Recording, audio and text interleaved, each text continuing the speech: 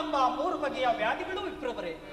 ಚತುರ್ವರ್ಣಗಳೆಂದರೆ ಬ್ರಾಹ್ಮಣ, ಕ್ಷತ್ರಿಯ, ಶೂದ್ರ, ವೈಶ್ಯ ಎಂಬ 4 ಪಂಗಡಗಳಲ್ಲಿವೆ. ಸಪ್ತ ಮದಗಳು ಯಾವುವು? ಕುಲ, ಯೌವನ, ಸ್ತ್ರೀ, ಅನ್ನ, ಧನ, ವಿದ್ಯೆ, ಉದ್ಯೋಗ ಎಂಬ ಮನುಷ್ಯರಲ್ಲಿನ 7 ಅಹಂಕಾರಗಳಲ್ಲವೇ ಕೂತಿರಿ.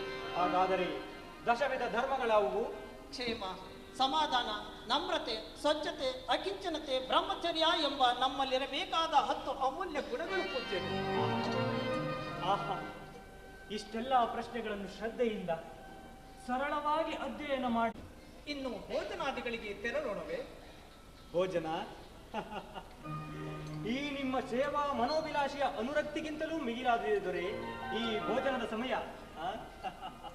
ಆಹಾ ಆಹಾ, ನಿಮ್ಮನ್ನು ಹಡೆದ ತಂದೆ ತಾಯಿಗಳು ಎಂತಹ ಸೃಜನಶೀಲರೋ, ಅಂತೆಯೇ ನಿಮ್ಮ ಉದರದಲ್ಲಿ ಜನಿಸಿರುವಂತಹ ಪುತ್ರರೂ ಸಹ ಲೋಕ ಪ್ರಖ್ಯಾತಿಗಳಾಗಿ ಕೀರ್ತಿ ಗಳಿಸಲಿ.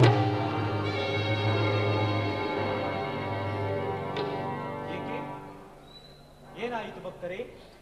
ನನ್ನ ಉತ್ಸಾಹದ ನುಡಿಗಳಿಂದ ಏನಾದರೂ ವ್ಯತ್ಯಾಸ ಕಂಡು ಬಂದಿದೆ?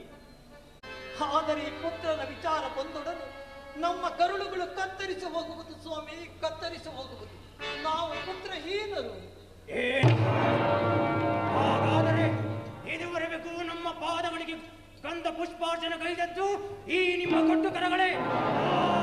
ಪುತ್ರಹೀನರು, ಪುತ್ರಹೀನರು, ಪುತ್ರಹೀನರು.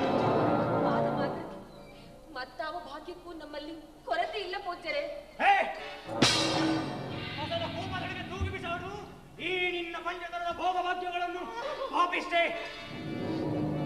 ಭಯನಿ ಏನಗೈದಿರಿ ಮಾನರೈ ಸ್ವನ ತನ್ಮಯನಿ ತನ ಚೌನ ಜ್ಞಾನಿಗಳನ್ನು ತನ ಚೌನ ಜ್ಞಾನಿಗಳನ್ನು ತನ ಚೌನ ಜ್ಞಾನಿಗಳನ್ನು ಏನಗೈದಿರಿ ಸ್ವನ ತನ್ಮಯನಿ.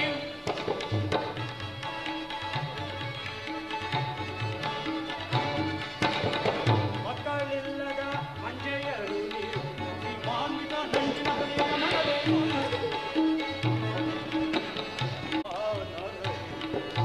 ತನ್ಮಯ ನೀವು ಏನ ಕೈದಿರಿ ಮಾನವೈ ತನ್ಮಯ ನೀವು. ಈಗ ಮಹಾನ್ ಮುಕ್ತರು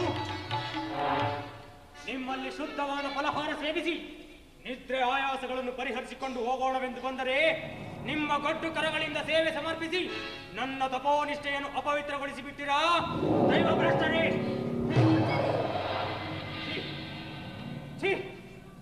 ನಿಮ್ಮಂತಹ ದೆಸೆಗೆಟ್ಟವರ ಸ್ಪರ್ಶದಿಂದ ಕಲ್ಮಶಗೊಂಡ ಈ ನನ್ನ ಕರಚರಣಾಗಿ ಕಾವಿ